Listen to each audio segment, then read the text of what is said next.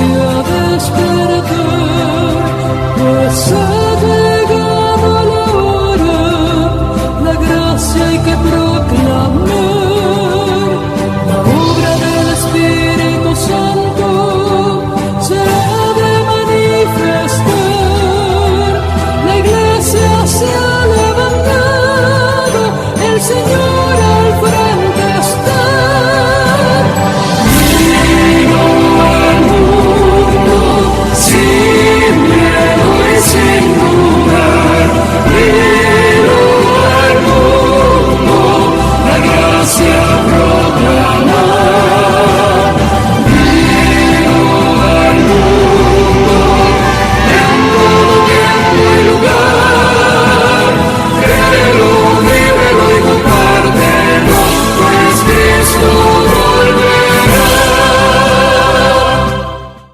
Y como decía recién, el canto, la segunda venida, la preparación que nosotros debemos tener para la segunda venida.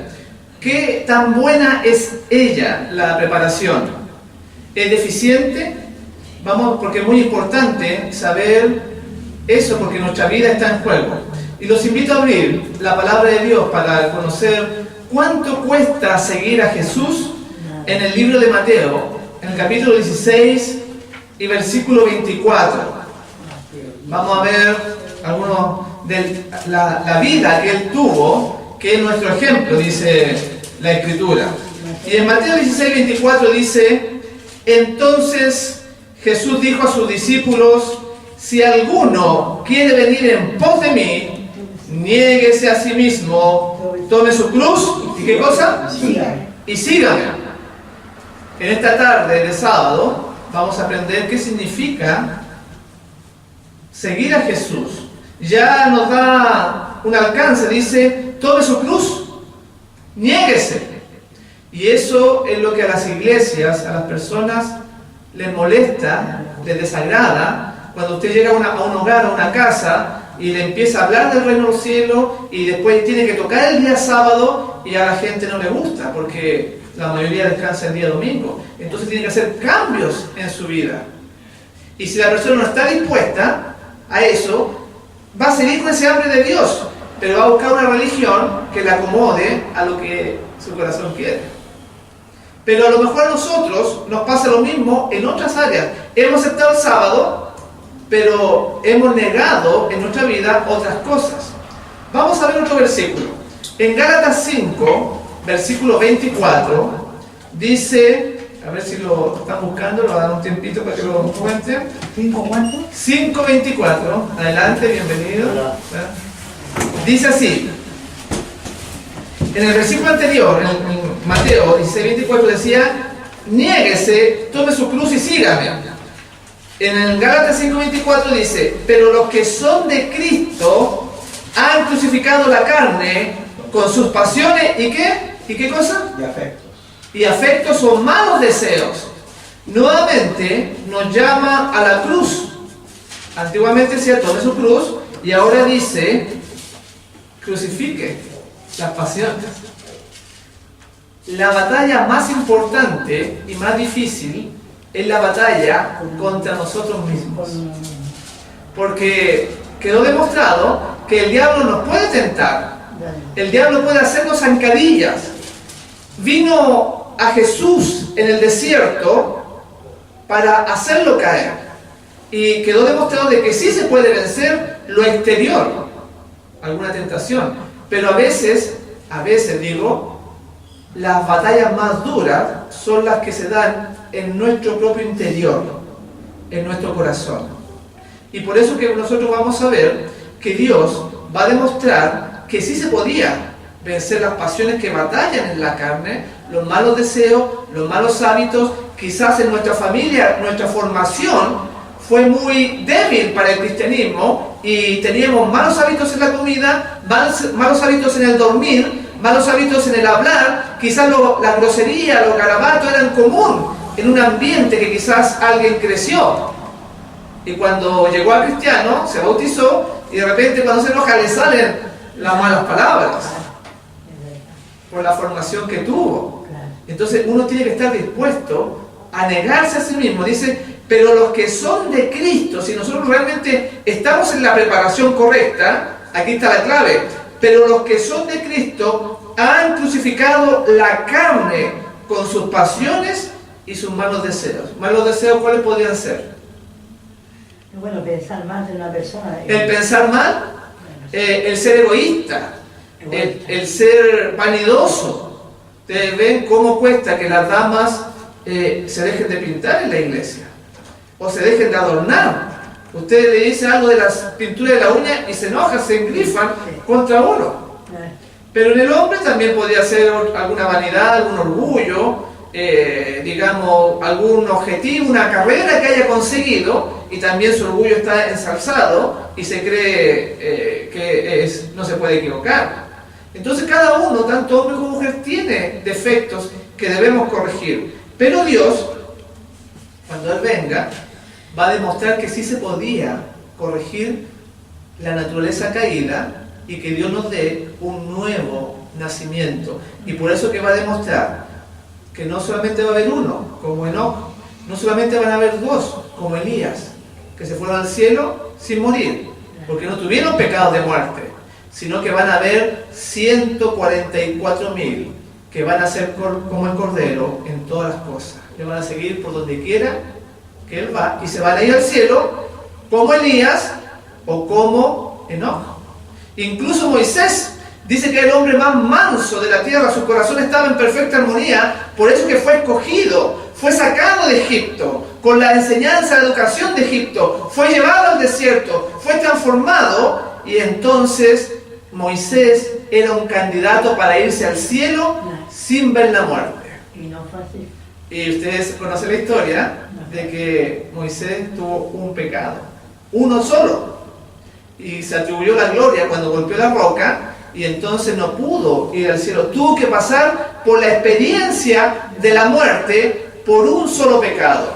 Entonces, nosotros que decimos, somos discípulos de Cristo, somos del remanente, somos la iglesia del tiempo, al fin la iglesia verdadera, pero dice acá que si soy de Cristo, tiene que haber crucificado la carne con sus pasiones y malos deseos. Si quieres ir en pos de Jesús, niégate a ti mismo, toma tu cruz y síguelo.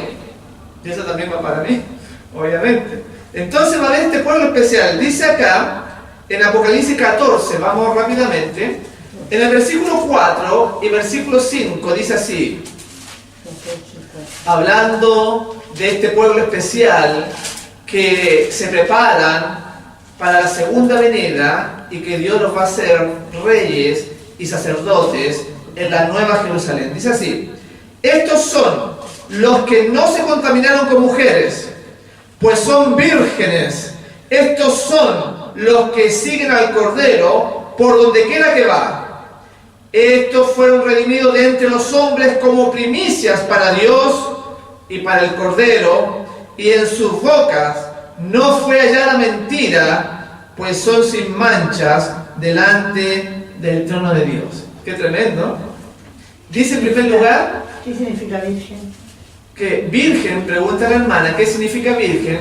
Dice acá que estos son los que no se contaminaron con mujer, pues son virgen. En Apocalipsis, la mujer es símbolo de religión, de una iglesia, pero de una iglesia, en este caso, que no se ha contaminado con una iglesia falsa. Eso es lo que yo Esas, claro, que tienen doctrinas puras. quería estar más clara, por eso. No, está bien, está bien.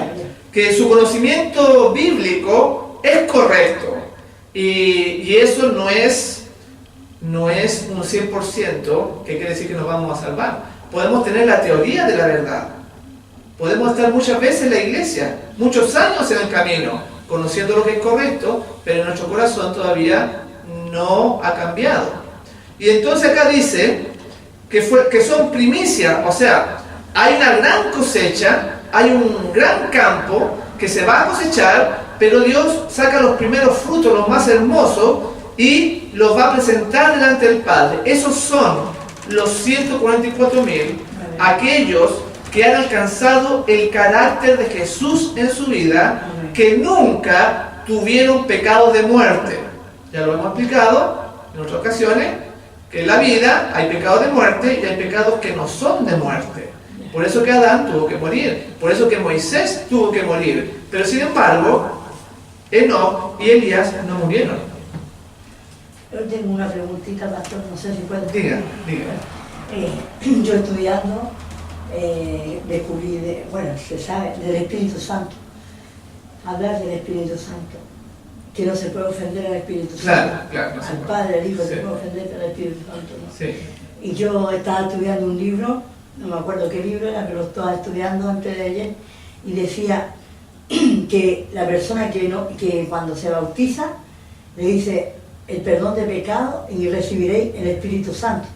Yo pienso que yo me bauticé y no lo recibí. Bueno, el Espíritu Santo, hay una obra que es hecha externamente en nuestro corazón, nos induce al bien, pero cuando ya se tiene una relación más interna, el Espíritu Santo mora en la persona y lo ayuda. Pero eso lo vamos a ver en otra ocasión porque no tiene que ver con el tema. Yo estoy viendo que no tiene que ver con el tema. Bueno, ¿cuál es nuestra misión, nuestro objetivo, nuestra meta? Entonces, llegar a ser parte de ese pueblo. Hemos salido de una mala cuna quizás, de una educación que no era cristiana. Nuestros padres quizás se convirtieron después que ya nosotros éramos grandes. Entonces, ¿cuál es nuestro objetivo?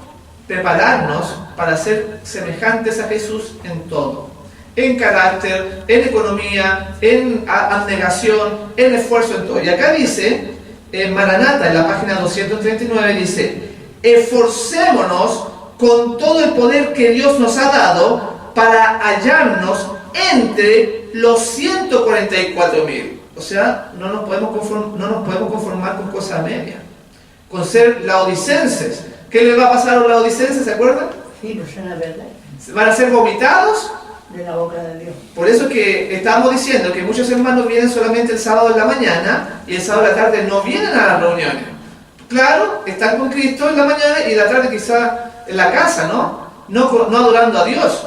No podemos ser tibios, no podemos ser ni fríos, o sea, no podemos ser tibios. Entonces, dice acá, esforcémonos con todo el poder que Dios ha dado para hallarnos entre los 144,000. Únicamente los que reciban el sello del Dios vivo obtendrán el salvoconducto para entrar por las puertas de la santa ciudad. Increíble. Ahora nos dice que hay un sello, hay un salvoconducto, hay un pasaporte, podríamos decir, que nos va a permitir entrar a la santa ciudad donde viviremos eternamente con Jesús. Con Jesús nos va a recibir, nos tiene preparadas mansiones celestiales. Ustedes saben las promesas que están en Apocalipsis, en Isaías y en distintas partes de la Biblia. Entonces dice que debemos obtener este salvoconducto. No va a pedir nada menos el Señor. ¿Se acuerdan ustedes que el Señor Jesús en el libro de Mateo, en el capítulo 5, termina esa parte de la bienaventuranza diciendo: sed por lo tanto vosotros perfectos, como vuestro Padre que está en los cielos es perfecto? No nos podemos permitir alguna mancha. Por eso que el Señor Jesús dijo de Satanás, dijo: yo no tengo nada con él. Él no tiene nada en mí. Porque no puede haber una arruga, una mancha en su iglesia, porque la iglesia dice que es columna y baluarte de la verdad. Es pura y santa. Y si no hemos llegado nosotros a ese nivel, Dios nos da la vida para poder cambiar, para poder entregar verdaderamente nuestro corazón a Dios, no estar en la iglesia por décadas y décadas para finalmente perdernos. No es el objetivo. Por lo menos estamos mostrando el camino. Y entonces, esta preparación de crucifixión, de morir a las pasiones y a los malos deseos, siempre, mis hermanos, desde Adán hasta nuestro tiempo, ha sido la escuela de la disciplina de los hombres y mujeres de Dios que aparecen en la Biblia. Siempre. Por eso también en alguna otra oportunidad vimos cómo se construía el templo de Salomón, que no se daba martillo, sino que las piedras se encajaban unas con otras, formando el edificio de Dios. Y vimos que ese edificio era un edificio viviente que representaba a su iglesia, y cada uno de nosotros va a tomar un lugar a escuadra, y no va a haber martillo ni cincel, porque ya estamos purificados en la cantera. Ahí nos dieron los martillazos y los cincelazos, que son las dificultades de la vida. Entonces este edificio va a ser perfecto y va a ser la admiración, dice, del universo. Al ver estos seres pecadores, estos seres egoístas, al ver que son transformados por la sangre de Jesús, va a ser el motivo de adoración y alabanza por los siglos y de los siglos, sin fin, a nuestro Padre Celestial. Porque ellos alcanzaron el blanco. Y entonces, esta experiencia, tenemos que ser educados, tenemos que ser disciplinados, y no nos podemos molestar porque nos den un martillazo para quedar a escuadra con las otras piedras y poder entonces ser el edificio de Dios. Y eso es lo que dice acá, Conflicto de los Siglos, página 707, dice así: en todo tiempo los elegidos del Señor fueron educados y disciplinados en la escuela de la prueba. Por eso que hay hermanos que se enojan cuando les muestran la verdad, cuando le dicen lo que el Señor quiere, ellos se enojan. Pero siempre vamos a ser educados y disciplinados. Debemos ser mansos y humildes para aceptar el camino, porque estamos mal y Dios está bien. Nosotros somos los que estamos mal. En todo tiempo, los elegidos del Señor fueron educados y disciplinados en la escuela de la prueba, dice ella. Anduvieron los senderos angostos de la tierra. Fueron purificados en el horno de la aflicción. Por causa de Jesús, sufrieron oposición, odio y calumnias. Le siguieron a través de luchas dolorosas. Se negaron a sí mismos y experimentaron amargos desengaños. Así que esto no es fácil. Sobre todo la parte que dice ahí, calumnias. Me acuerdo la otra vez que por Facebook vi a un señor que estaba predicando en Argentina y estaba hablando de mí. Yo jamás lo he visto. Y decía que yo era un borracho, que no sé qué cosa, y que me ponía a predicar ahí en la calle y discutía con la gente. Bueno, sí, eso es verdad. Pero no lo otro. Lo otro no, porque ahí en la calle uno predica y le dicen todo tipo de cosas, ¿no es cierto? Pero yo ni siquiera lo conozco a ese señor que predicaba y hablaba de mí, de Marcos Pozo, yo no sé por qué estaba tan enojado conmigo. Y él está en la Argentina. Porque dice que vamos a sufrir oposición, calumnias. Gente que ni nos conoce, pero que va a ser, vamos a tener amargos desengaños. También me acuerdo en Facebook, también en internet, cómo adulterar una foto del Papa con una persona, con varias personas ahí, y le cortaron la cabeza a la foto y pusieron mi cabeza ahí. Como que yo estaba con el Papa Francisco, allá en Roma. Sí, también lo escuché yo. Imagínense cómo vamos a sufrir todo tipo de calumnias, así como el Señor Jesús le dijo, tú tienes demonio, le dijeron. Porque este camino no es para gente frágil, que su orgullo se siente y se enoja y se va a la iglesia. Claro. Y deja los caminos de Dios. Yo sé que el hermano Manuel ha sufrido mucho también por la oposición, la hermana María y todos los que estamos acá. De una u otra manera, nuestras familias quizás nos han sido obstáculos. Pero es parte de la preparación de los discípulos de Jesús que han sido educados en la escuela de la prueba. Y déjenme decirles que hoy, cuando ustedes se levantaron, ya se pusieron los zapatos, se pusieron los calzados o la ropa, ya desde ese momento hemos sido probados. No hay un momento ni que podemos descansar en que Satanás no trate de hacernos caer. Quizás se le olvidó hacer la oración personal en la mañana, quizás comió algo que no debía haber comido, quizás no estudió, no tenía su Biblia lista para el culto, no sé, quizás algo, ya desde, y hasta que nos acostemos todo el día, estamos en un proceso de prueba sin darnos cuenta. Por ejemplo, vamos a ver el caso de Abraham. ¿Se acuerda usted el caso de Abraham, no? Abraham se le conoce como el padre de la fe.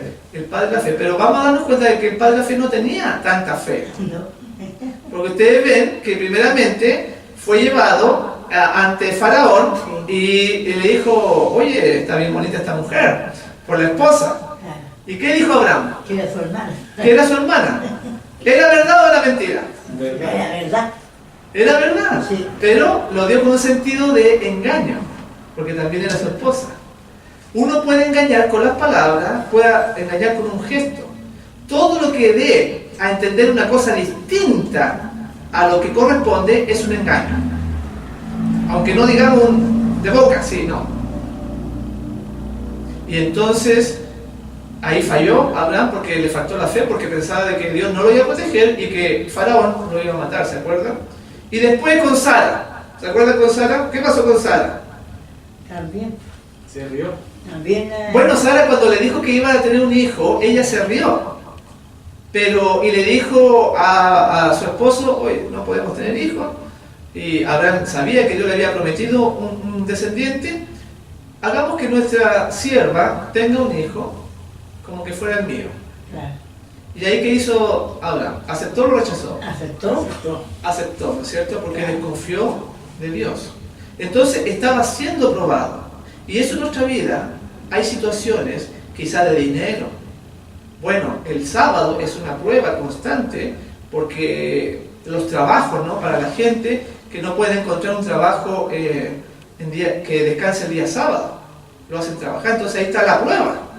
En fin, en muchas cosas está la prueba, en la comida, en las malas pasiones, como decía. Pero en el caso de Abraham dice así, en Profeta y Reyes, en Patriarca y Profeta, en la página 141 dice: Abraham había aceptado sin hacer pregunta alguna la promesa de un hijo, pero no esperó a que Dios cumpliese su palabra en su oportunidad y a su manera. No esperó él, porque imagínense, ya tenía como, ¿cuántos años? Tenía una cantidad de años, estaba viejito. Fue permitida una tardanza, vean, porque esto es importante para cuando nosotros pedimos cosas al Señor y Dios las promete y las va a dar, pero no las da en el momento, sino que hay una tardanza, dice. Fue permitida una tardanza para probar su fe en el poder de Dios, pero fracasó en la prueba. ¿Cuántas veces nosotros hemos fracasado y no obtenemos las promesas de Dios? Porque nos aceleramos. Y dice, pensando que era imposible, esa palabrita imposible debiera salir de nuestra cabeza, porque para Dios todo es posible. Amén. Pensando que era imposible que se le diera un hijo en su vejez, Sara sugirió como plan mediante el cual se cumpliera el propósito divino que una de sus siervas fuese tomada por Abraham como esposa secundaria, o sea, tener una esposa y después tener una esposa primaria y una esposa secundaria. Y ustedes ven cómo Jacob tuvo, ¿cuántas esposas tuvo Jacob? 4. Y después que muere Sara, él siguió teniendo más esposas. ¿Sabían ustedes eso? Sétura y como 7, 8. Parece que no aprendió muy bien la lección. Pero dice acá que dice, Dios había llamado a Abraham, dice, fue permitida una tardanza para probar su fe en el poder de Dios. Y dice, la poligamia se había difundido tanto que había dejado de considerarse pecado. Violaba, sin embargo, la ley de Dios y destruía la santidad y la paz de las relaciones familiares. O sea, Dios le había dado una esposa. Pero igual Dios permitió varias esposas a algunos hombres, como el caso de Jacob. Dice, tanto Abraham como Sara desconfiaron del poder de Dios. Y este error fue la causa del matrimonio con Agar. Sin embargo, Dios no lo dejó a él. Abraham no lo dejó, a pesar de que tenía 2 esposas. Y dice, en la primera cita decía que buscaron un plan alternativo. Siempre el hombre y las religiones salen como un plan alternativo a la voluntad de Dios. El hombre busca acomodar, en este caso acomodó Sara, dijo, bueno, parece que Dios no te va a responder, entonces busquemos un plan distinto. Mejor que te cases con mi sierva. Y buscó una alternativa. Cuando Dios nos dice algo blanco, el hombre dice, bueno, puede ser plomo, o puede ser un poquito verdoso. Y acomodamos las cosas y nacen 3.000, 4.000 religiones. Y esas personas que están en esas religiones piensan que están sirviendo a Dios, pero son la religión del plomo, son la religión del verde, del rojo y del amarillo, no del color que Dios dijo. ¿Estamos nosotros sirviendo a Dios? ¿Estamos siendo crucificados nuestras pasiones, nuestros deseos? ¿Somos discípulos realmente de Jesús? Por eso que Dios va a hacer un milagro, levantar a 144.000, porque con todos los defectos y todo, el internet, las vanidades, las bandas de rock, la música, la televisión, el cine, etcétera, etcétera, Dios va a tener gente que su mente va a ser como la mente de Jesús. Y Dios te llama a ti y me llama a mí a ser parte de ese pueblo que va a exaltar a Dios en su vida para siempre. Personas que van a ser llevadas al cielo sin ver la muerte. Pero no podemos andar con planes secundarios, como lo hicieron Sara y Abraham. Dice, tanto Sara como Abraham desconfiaron del poder de Dios. La falta de fe es desconfiar del poder de Dios en mi vida. Y este error fue la causa del matrimonio con Agar. Dios había llamado a Abraham para que fuese el padre de los fieles. Y su vida había de servir como ejemplo de fe para las generaciones futuras. O sea, no era cualquier hombre. Él iba a ser un ejemplo. Y fíjense que el ejemplo estaba bien chueco. El ejemplo desconfió juntamente con su esposa. Entonces Dios interviene en la vida de ellos para restaurar a Abraham. Entonces dice, había manifestado desconfianza para con Dios al ocultar el hecho de que Sara era su esposa. ¿Se acuerdan con Faraón? Y también al casarse con Agar no tenía fe. Para que pudiera alcanzar la norma más alta, Dios le sometió a otra prueba, la mayor que se haya impuesto jamás a hombre alguno. En una visión nocturna se le ordenó ir a la tierra de Moria para ofrecer allí a su hijo un holocausto en un monte que se le indicaría.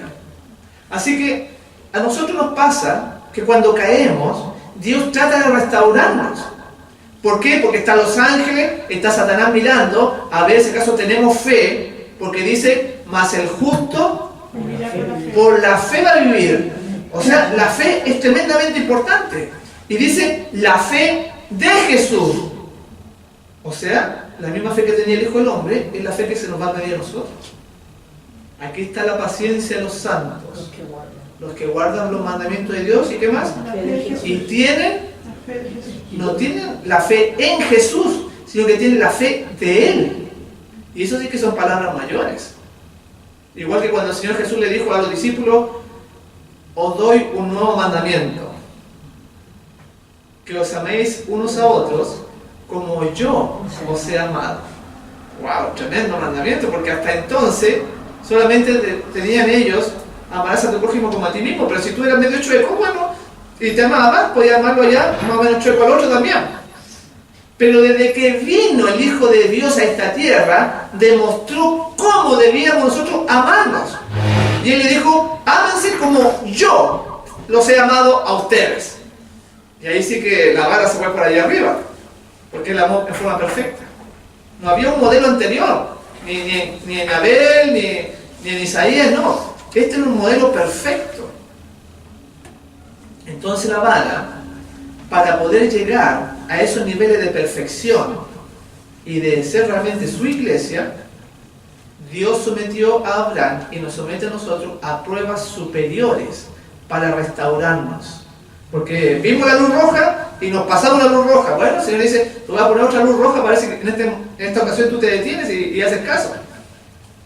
Por eso que pasan las pruebas en nuestra vida.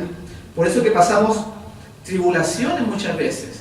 Por eso muchas veces tenemos que llorar, estar tristes, porque seguramente hay algo en nuestro carácter que el Señor quiere quitar para poder entrar en el reino de los cielos. Porque eso le importa al Señor eso.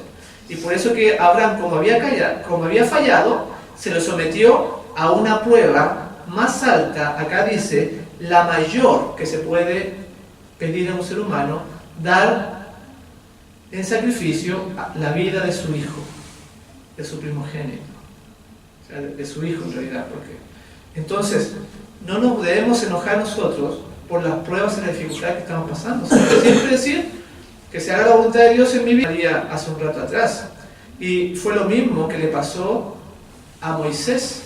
Porque ustedes saben que cuando Moisés va a Egipto, se le aparece Dios en la zarza, como tenía grandes planes para Moisés. Dios tiene grandes planes para nosotros.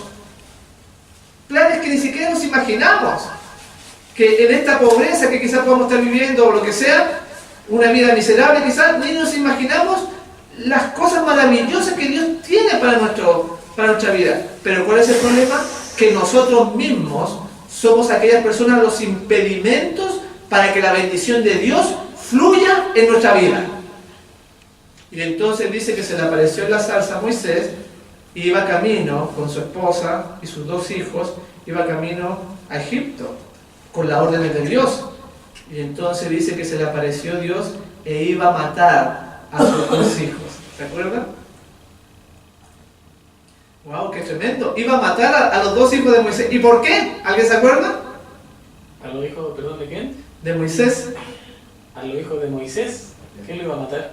Dios. Dios, pues, cuando prendieron fuego. Cuando un fuego extraño al sí. No, ¿No? esos son los hijos de Aarón. De Aarón. Nadab de Abiú. Estos son los hijos de Moisés. Sí. ¿Saben que Moisés ya iba para libertar el pueblo, iba por el desierto, y se le aparece Dios? Y entonces iba a matar a los hijos de Moisés. ¿Y saben por qué los iba a matar? Porque Moisés no los había circuncidado. Por la circuncisión, que era la señal, ¿no es cierto?, del pacto. Y entonces, ¿por qué Dios hizo una cosa tan drástica?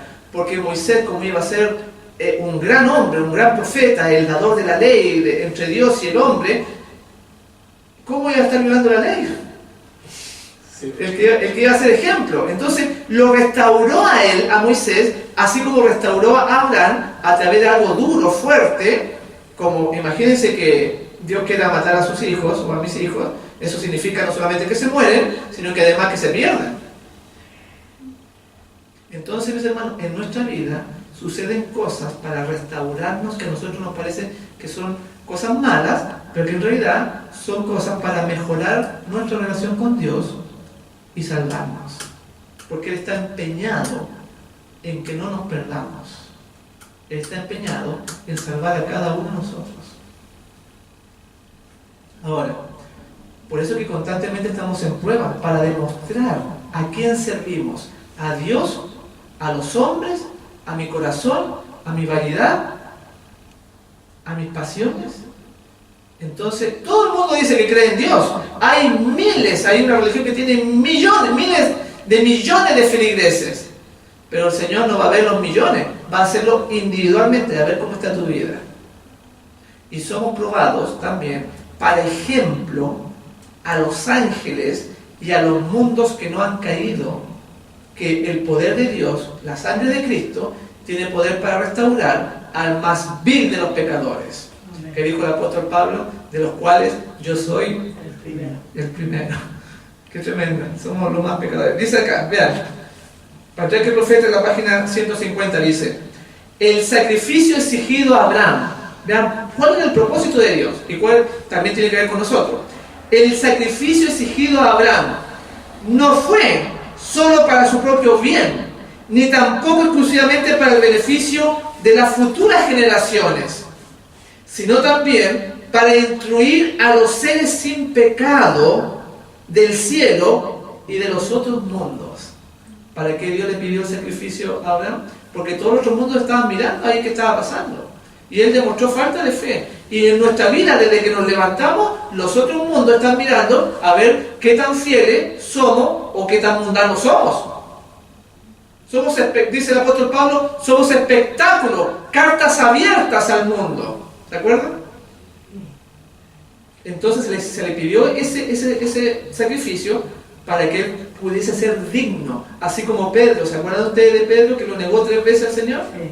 Y entonces el Señor después lo tomó aparte y le dijo: Simón, ¿me amas? Y ustedes saben la historia. Y Pedro le dijo: sí, Señor, tú sabes que te amo. Y nuevamente le volvió a preguntar: ¿pero estás seguro que me amas? Sí, te amo. Y después le preguntó: Simón, ¿me amas? Y ahí Pedro se puso triste y se dio cuenta de lo que estaba pasando, de la gravedad de lo que había hecho con su maestro. Pero en realidad Jesús lo estaba haciendo para que los demás discípulos lo tomaran de nuevo en el cargo y pudiera ser restablecido Pedro. Pero fue triste para él. Lo mismo sucede con nuestra vida, por nuestros problemas y dificultades. Nos ponemos tristes, pero es para salvarnos, es para restaurarnos. Y entonces dice acá: que no solamente era para el beneficio de hablar lo que le pasó a él y lo que nos pasa a nosotros. Somos espectáculos a los seres que no han caído, a los mundos que ven en este pequeño planeta, ven la oveja negra del universo. Y ellos están aprendiendo de nosotros. Nuestra caída, por eso que dice, no se va a levantar nunca más el pecado por segunda vez, porque van a haber tantos casos, va a quedar tan claro que el pecado nos conduce solamente a la tribulación, al dolor, a la muerte y a la angustia, va a quedar claro, y nunca más alguien va a querer levantarse y probar con esta rebelión, nunca más. Porque cada uno de nosotros va a ser un ejemplo, va a ser un testimonio del poder salvífico, transformador de Jesús en nuestra vida. Y entonces dice, el sacrificio exigido a Abraham no fue solo para su propio bien, ni tampoco exclusivamente para el beneficio de las futuras generaciones, sino también para instruir a los seres sin pecado del cielo y de los otros mundos. El campo de batalla entre Cristo y Satanás, el terreno en el cual se desarrolla el plan de la redención, es el libro de texto del universo. Escuche bien, porque su vida es el libro de texto de todos los ángeles y de los malos espíritus, de todo el mundo. Ellos están atentos, aprendiendo de este planeta de pecado. Por haber demostrado a Abraham falta de fe en la promesa de Dios, Satanás le había acusado ante los ángeles y ante Dios de no ser digno de sus bendiciones. ¿Qué es lo que estaba diciendo Satanás arriba? Tú lo vas a bendecir, lo vas a hacer padre de naciones, de multitudes, y mira, él ni confía en ti. Entonces, no lo pueden bendecir. Imagínense cómo será en nuestras vidas. Si por un pecado, en este caso de Abraham o de Moisés que cometió un pecado, ¿cómo será de nosotros que quizás estamos cayendo a cada rato? ¿Cómo estará Satanás hablando ahí arriba? Y por eso son estorbadas nuestras oraciones. No son contestadas porque, claro, ¿cómo nos va a bendecir si estamos en esta situación? Y eso es lo que dice el diablo arriba. No lo puedes bendecir, ¿cómo lo va a bendecir? Mira, si te confío de ti. Entonces dice acá, por haber demostrado a Abraham falta de fe en las promesas de Dios, no tenía fe, Satanás le había acusado ante los ángeles y ante Dios de no ser digno de sus bendiciones. Dios deseaba probar la lealtad de su siervo ante todo el cielo, para demostrar que no se puede aceptar algo inferior a la obediencia perfecta y para revelar más plenamente el plan de la salvación. ¿Qué es lo que pide Dios de nosotros? La obediencia perfecta. Sed por lo tanto vosotros perfectos, como vuestro Padre que está en los cielos. Y ahí tenemos que ver nuestro carácter. Nuevamente volvemos a lo mismo. Si tenemos una gota de orgullo, de egoísmo, de vanidad, de falta de fe, etc., entonces dice que se nos pide algo perfecto. Por eso, mis hermanos, que el Señor Jesús empieza diciendo, si alguno quiere venir en pos de mí, tiene que negarse. Y esa es la vida que Él nos mostró. Dijo, el Hijo del Hombre no tiene ni dónde recostar la cabeza. Dice que Él no hacía planes para el futuro, sino que cada día Dios por la mañana le revelaba lo que Él debía hacer. Y confiar que era verdad lo que le estaba revelando. Pero que vivía todos los días por la fe, Él. Y comía todos los días por la fe, porque no tenía un trabajo, no tenía un cheque, no tenía una empresa de la cual trabajar. Caminaba ahí, ¿no es cierto? Estuvo 3 años y medio con los discípulos, caminando por Galilea, por Nazaret, por Belén, por todos esos lados, y no tenía carro, no tenía ni una cosa. Andaba a pie. Y eso es lo que vamos a ver más adelante, porque ya el tiempo se nos ha ido, pero ¿qué estilo de vida tenía el Maestro y sus discípulos verdaderos? Y ahí podemos comparar qué estilo estamos teniendo hoy nosotros. Pero puedo adelantar algo, que ellos andaban con dificultades, con lluvia. Ustedes se acuerdan de Elías, ¿no? Cuando corre delante del rey Acab y dice que se pone a llover y él se acuesta ahí al lado de un árbol, en el suelo. Y hoy en día el cristianismo es tan cómodo, mis hermanos. La gente no quiere hacer nada, no quiere sacrificar nada por el reino de los cielos. Y todavía decimos, somos del tercer ángel. Jesús, somos la iglesia verdadera. Cuando Jesús trabajaba por la mañana, muy temprano, de madrugada, dice que llegaban los enfermos. Y hasta la tarde, ya después, estaba todavía sanando. ¿Se acuerdan de la transfiguración? En la transfiguración dice que estuvieron de la madrugada, empezaron a traerlo. Pedro, seguramente, Juan, traía a los enfermos a Jesús y estaba todo el día sanando. Y después, ya cuando atardece, le dice el maestro, le dice, vamos al monte a orar. Al monte, o sea, como, digamos, como el cerro aquí Renca. Ustedes saben que subir un cerrito como ese, las piernas no andan muy bien, ¿no? O sea, cualquiera, si estaba gordito, si estaba en mal estado físico, como lo vivimos allá cuando fuimos al bautismo, ¿no es cierto? Que la gente andaba ahí que no le gustaba la naturaleza. ¿Qué clase de cristianos somos? Si el maestro entrara por esa puerta y nos diera un discipulado, capaz que le cerraríamos la puerta. ¿Sabe qué pensaba yo? Que usted lo había llevado ahí para que nos preparemos para cuando venga la ley dominical. Bueno, eso quiere decir, y por eso tiene que ver con la constitución física, que vamos a hablar también de Juan el Bautista. ¿Saben ustedes la alimentación que él tenía? Era muy reducida, solamente comía miel y ¿qué más comía? Langosta. Miel y langosta, que era un fruto del algarrobo. Ustedes pueden ver a Elías, que estuvo con la viuda ahí comiendo ¿cuánto? Comía un pedacito de pan todos los días, porque no había nada más. O sea, mis hermanos, si ustedes se quieren salvar, tenemos que ver la preparación que Dios nos muestra en su Escritura. Y nos vamos a dar cuenta que estamos en una taza de leche. Por eso fuimos. Sí, en el desierto solamente era una porción, no 2 porciones ni 3 No, porciones. exactamente, era una porción. Y ustedes ven que Juan el Bautista, que dice la Escritura que es el mayor de los profetas, comía miel y no había ni árboles en el desierto. ¿Y dónde sacaba la miel? Tenía que ir a caminar y caminar y caminar hasta encontrarla por ahí en algún lado. O sea, no era la vida fácil que nosotros tenemos. Cuando fuimos para allá, ¿cuántas horas tuvimos sin comer? Eso también vamos a hablar del ayuno, mis hermanos. La gente hoy en día, gracias Marita María, hoy en día la gente de la iglesia ayuna mediodía, ¿qué clase y con comida? ¿Qué clase de ayuno es ese?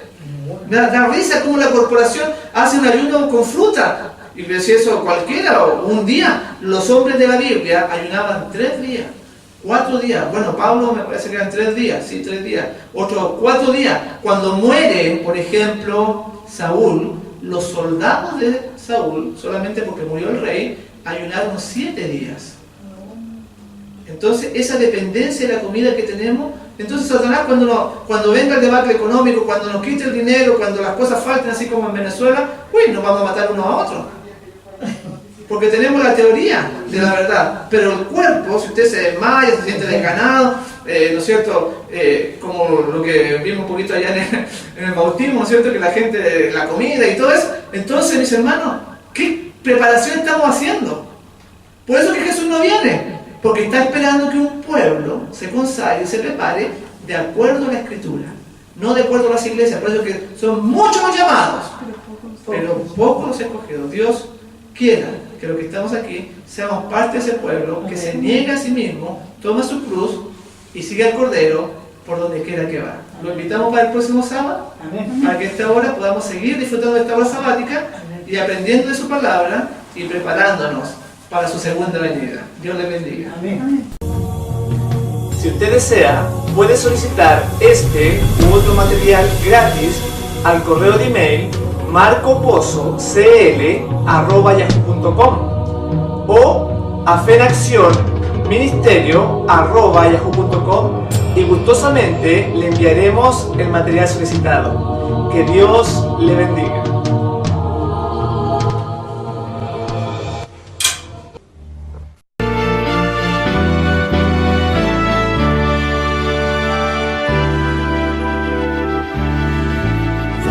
Gloria al Señor, de rodillas adórale, en la hermosura de su santidad, tu plena obediencia cual oro ofreciéndole, con el incienso de grata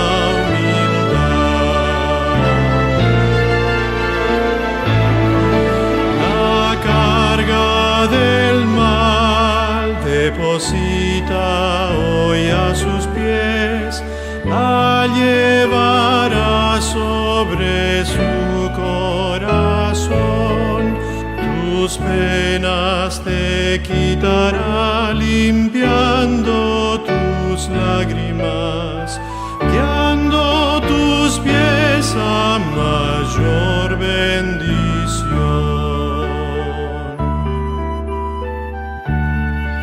En sus santos atrios a donde convídate, aunque eres pobre no temas entrar. La firme, constante fe y el puro, sencillo amor, tales ofrendas pon sobre el altar.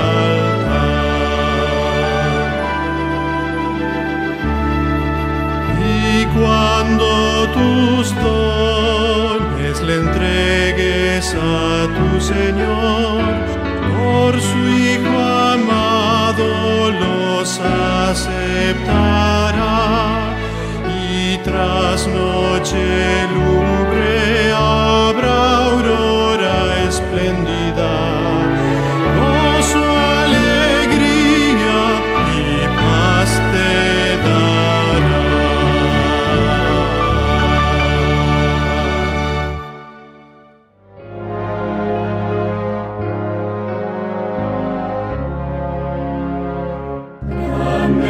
Señor, es tu misericordia, nunca termina ni cambia jamás. Tu compasión y bondad no se agotan, tal como has sido por siempre serás. Tú eres el Señor, eternamente fiel.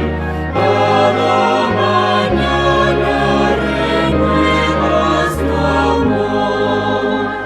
Nada me falta, pues todo provees. Grande, Señor, es tu fidelidad.